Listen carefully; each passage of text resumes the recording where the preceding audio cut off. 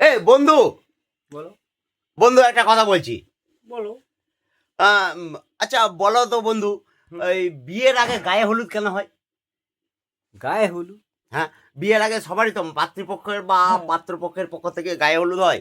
হুম তো বিয়ের আগে গায়ে হলুদ কেন হয় হুম বলতে ওই যে পারবে? হোলি বললে পারো। পারবে না? তুমি তাহলে বলো। আমি বলি শোনো, তুমি যদি কথাটা যুক্তি থাকে তুমি হ্যাঁ করবে। হুম। তো শোনো, এই দেখো রাহুল বন্ধু, হ্যাঁ। তোমার বাড়িতে তোমার মা যখন মাছ বা হোক মাংস হোক হুম। রান্না করে, তো হুম। তেল হলুদ মাখিয়ে রাখে কি না? হ্যাঁ রাখে। হ্যাঁ, রাখে। রাখে।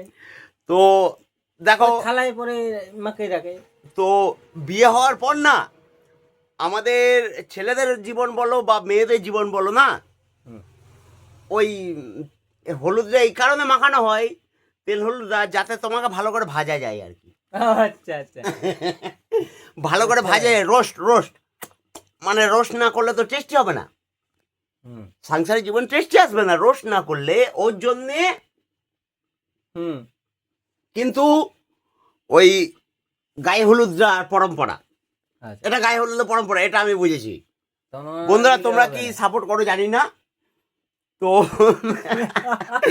বলতে খুব খারাপ লাগছে।